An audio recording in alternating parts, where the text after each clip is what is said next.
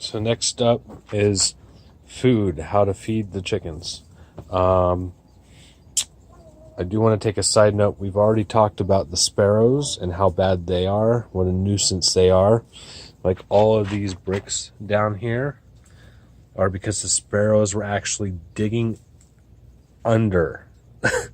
The chickens would scratch away the bottom and then the sparrows would just come and dig under, and I'd put the dirt back, and then I'm not kidding you, I saw the sparrows dig back under 5 minutes later. My neighbor, shout out to Emery, he thinks he thinks that this is hilarious and doesn't believe me that I have such a problem with sparrows. Right now it's nighttime, you can't really see any of them, but I've come out and found hundreds of them in here before. Anyway, so what I was getting at with that side note is that the two things that I did not know going into this chicken coop project that I was going to have a problem with was sparrows and mice. The mice will come and sneak in and steal food from the automatic feeders at night. They've also been getting into my crappy foundation and into my kitchen. So I used to work for Orkin Pest Control for my college job, and so I went and we're using die kill blocks, and I've got 2 bait stations. I put one inside my kitchen and then one out here by the coop, and its active ingredient is diphenochrome. It's a blood thinner, so it takes a while. Nice thing is that if the pet discovers it and gets into it, you have time to take it to the vet and counteract the effects. Just real quick, the cost on this barrel is about $100. These bait stations, I believe, were $8 a piece, but you don't have to buy in bulk. I mean, I'm a buy in bulk kind of guy, but you can, because I have other applications for this elsewhere. But so you can buy a smaller thing of the die kill blocks and get these. But here, let's get the key. Pardon me real quick. Let's get the key and open that up. Let's see how much activity it's had.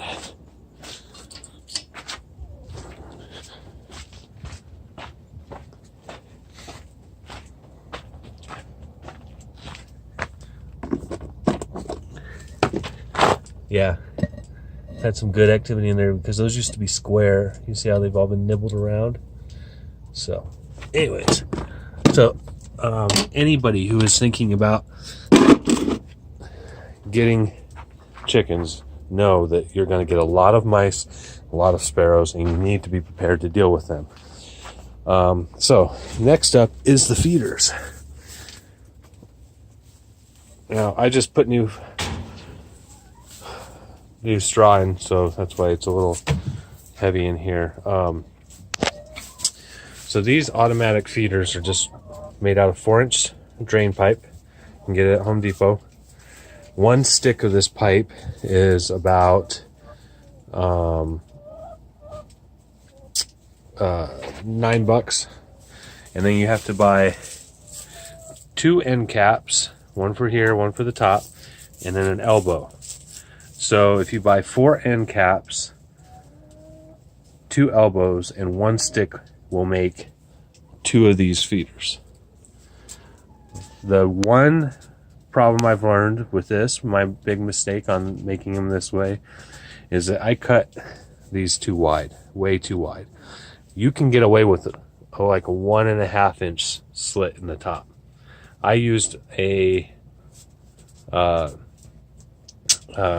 grinder, a cutoff wheel, to cut these, but you can also cut them with a razor blade, just a sharp razor. But if you were going to follow this design, make your openings very skinny, because what happens is that you can see all this stuff right here that used to be in there. It's supposed to be in there. They're just being messy, digging it out, and it flies right out like that. And then also, once they empty these, I mean, you can see, let's see if one of them does it over here. I mean, chickens love to scratch. And so the wider your opening is, See how she's just scratching? The wider your opening to your feeder is, the more crap they're going to throw in when they're just scratching, looking around. So by having a thinner opening, there's not so much chance that they're going to kick dirt and hay in there that you're going to have to continually be cleaning out. Especially when the feeder runs dry. If one feeder runs dry and they still got the other two, it'll fill up with dirt so fast since they're not actively pecking food out of it. So I already covered these are oyster shells, crushed oyster shells, and what they'll do is they'll seek these out as they need it for to help produce a good egg. You do have to be careful that if they get spritzed with water during a rainstorm, that they'll clump together. And also, because I guess that's a third thing I want to mention about chickens. The dust content around here has gone through the roof. Because they're scratching, there's this feathery dust everywhere, and it finds its way inside the house. I mean, this is in close proximity to the house. So if you decide to get chickens, mice, sparrows, and an increase in dust is inevitable. Anyways, what I was getting to with this is that when they start, they create that dust, and if it gets spritzed, that dust and that, and the oyster shells will bake together, and then they won't peck at it, and they won't know it's there anymore because it'll just get covered in dust and everything. So make sure you keep this cleaned out and this stuff loose so that they can peck at it. So like I used to keep this stuff completely full. Now I just keep it half full, and then I refill it to half, because filling it completely full, it would get clogged up and clumped together before it would get out. So the other thing is your food storage. One of the best things to do, I think, for you guys would be to get this is an old army container that I keep mine in so the mice can't get to it, but I keep it very covered so that the rain doesn't ruin it. I would get a couple of metal trash cans with the removable lids, but what I see a lot of people do is they dump the feed out into there. So then you're constantly cleaning out the very bottom, and you've constantly got this dirt in the very bottom. I leave them in the bags, and then that way when the bag's empty, I take the bag out, dump it in the perch or in the coop, and then throw the bag away. And that way it's a clean turnover of the garbage can. You don't get this nasty stuff in the bottom that gets wet when it's humid and stuff. You can kind of see in here, this one is a lot thinner, and I could have even gone a little thinner on this,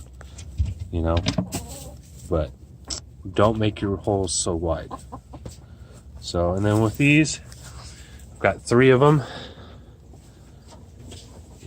It takes about 2 50-pound bags will fill almost three of these, pretty much 3. I think you have to kind of break into the 3rd bag a little bit, and it also depends on your height too. I put these as high up as I could. Some people, they like to plumb them to where they're outside and they can fill them from the outside so they don't have to get in the coop. Look, you need to be getting in and out of your coop sometimes to check on the chickens. People want this completely clean chicken experience. It's not going to happen. Just get yourself some work shoes or some old running shoes. I mean, look how many holes are in these. These are my chicken coop shoes. These are what I wear when I go in the chicken coop. That way I don't worry about tracking stuff into the house. You guys got anything in there for me? Nope. So,